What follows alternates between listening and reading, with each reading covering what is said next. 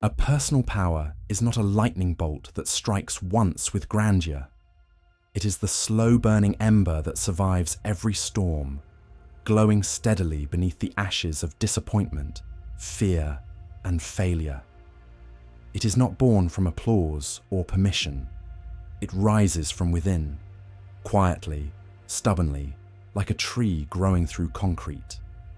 True personal power begins when you realize that your mind is the only real kingdom you'll ever govern. It's the internal compass you carry when the world spins off its axis. It's the choice to remain rooted when others are swept away by emotion, confusion, or noise.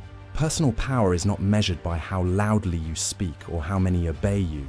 It is measured by how gracefully you carry yourself in silence, how you remain unshaken when chaos knocks at your door, and how often you choose the harder right over the easier wrong.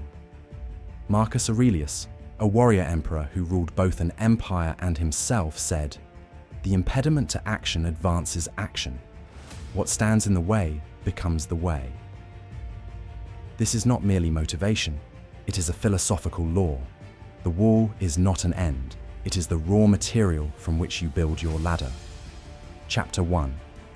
The Seed of Power. All greatness begins in silence. Before the victory, before the voice, before the fire, there is the seed. Small, unremarkable, invisible to most, but it is alive, holding within it the infinite blueprint of what you can become. The seed of power is planted the moment you dare to believe that your voice matters, that your thoughts are sacred, that your life is yours to shape.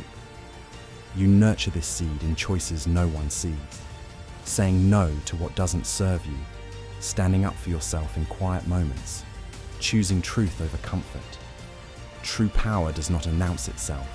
It grows in patience, in stillness, in uncertainty, and it whispers, not shouts. You are becoming. And like a tree that grows slowly but roots deeply, your personal power begins to take form, not above the surface where all can admire, but beneath it, where integrity, self-trust, and quiet resolve grow wild and unshakable. This seed's growth depends on your willingness to face discomfort and uncertainty with courage. The smallest acts of faith in yourself accumulate, creating momentum toward greater strength. Chapter 2. The Mirror of Self-Awareness. If you dare to seek true power, you must stand naked before the mirror of your own mind. Not a mirror of vanity, but of clarity. One that reflects not what you wish to see, but what is. You must learn to see your patterns, your shadows, your delusions. Not to shame yourself, but to liberate yourself. Self-awareness is not a gentle walk. It is a surgical light, cutting through illusion, ego, and pretense. But it is only through this lens that real transformation begins. Marcus Aurelius taught, "If you are distressed by anything external, the pain is not due to the thing itself, but to your estimate of it. Your inner dialogue, your interpretation. This is your kingdom." In mastering self-awareness, you become both sculptor and stone. You chip away what is not you, and slowly, deliberately, uncover the core of who you are. This practice is not an event, but a lifetime ritual. Each day, a new reflection. Each moment, a new chance to see more clearly and to choose more wisely. This clarity allows you to break free from automatic reactions and make conscious choices. In knowing yourself fully, you reclaim the power to direct your own life story. Chapter 3. The Fortress of Resilience. Resilience is not about enduring once, it is about enduring again, and again, and again, without growing bitter, without losing grace. Think of a fortress. Its walls are not built in a day. They are raised stone by stone through seasons of hardship. Each insult, each setback, each betrayal is a brick in your citadel. And yet the walls don't imprison you, they protect you. Not by making you hard, but by making you whole. Resilience is about flexibility, not rigidity.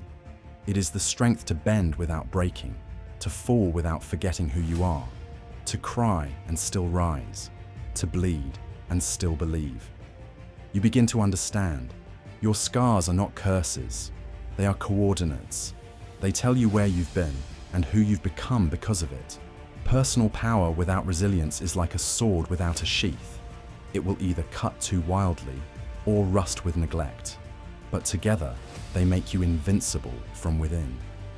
Resilience is strengthened not by avoiding failure, but by learning to use failure as a teacher. It is through persistence and adaptability that you build a foundation no storm can erode. Chapter 4. The Flame of Purpose. Without purpose, even power becomes hollow. You can climb every mountain and still feel lost if you don't know why you climb. Purpose is the North Star of personal power. It gives your actions weight. It makes your suffering meaningful. It transforms effort into devotion. Purpose doesn't have to be grand. It only has to be true. It may be the love for your family, a dream you protect in silence, a truth you refuse to abandon. It's not always loud, but it is always alive. A slow-burning fire that warms you even in the darkest nights. And when your actions align with purpose, a miracle happens.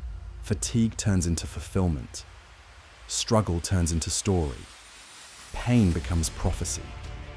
You stop asking for the path to be easier, and instead, you begin to walk it with reverence.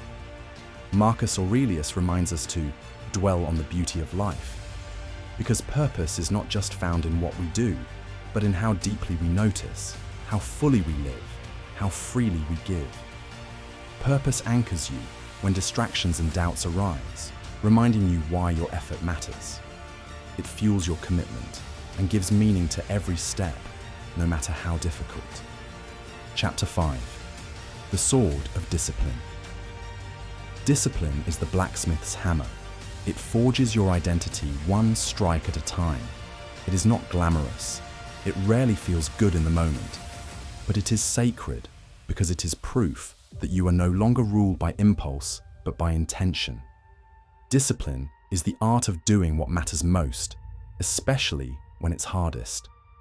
It is rising when no one applauds, training when no one is watching, choosing growth over comfort, again and again.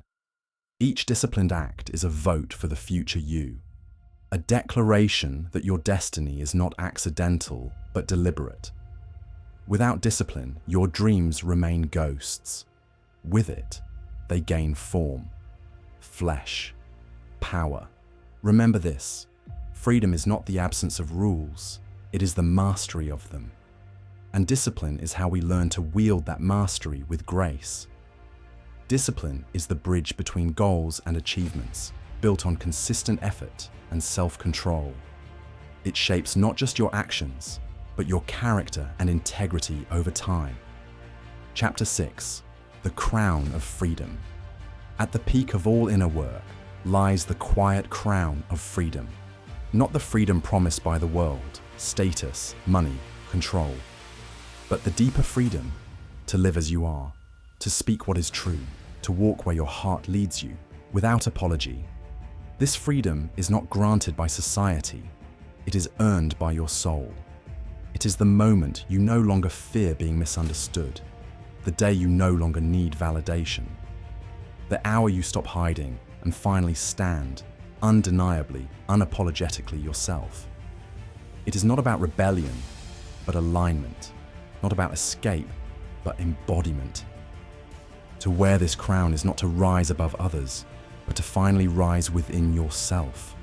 Because when you're free on the inside, the world can do what it wants, and you will still stand, still smile, still shine. This freedom is a state of inner sovereignty, where your peace is independent of external chaos. It is the ultimate reward of self-mastery and the foundation for a fulfilled life. Power, real power, is not handed to you. It is discovered, cultivated, and claimed in the dark when no one is watching, and the only voice guiding you is your own. When you stand in that power, you don't need validation, you walk differently. You speak with purpose. You move with intention. You begin to shape your life, not as a reaction, but as an act of creation. There will always be noise, people who misunderstand you, circumstances that betray you, moments that threaten to undo you. But if you've built power from within, nothing can truly take it from you. You do not crumble, you adapt. You do not break, you bend. You do not chase control, you embody it.